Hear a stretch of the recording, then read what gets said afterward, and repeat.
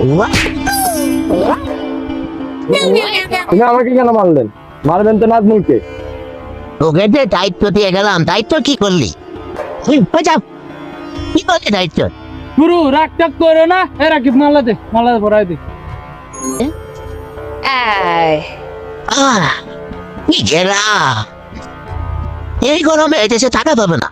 ওদের মিটিং কোন জায়গায় রাখছো সেই জায়গায় চল। মিটিং শেষ করে এই দেশ থেকে আমি চলে যাবো, তাড়াতাড়ি চল।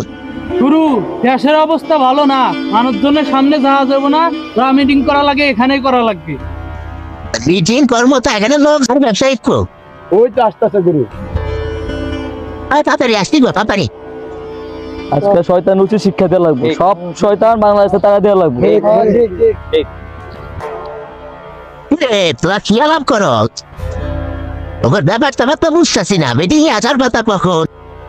তোমরা গাছ গাছালি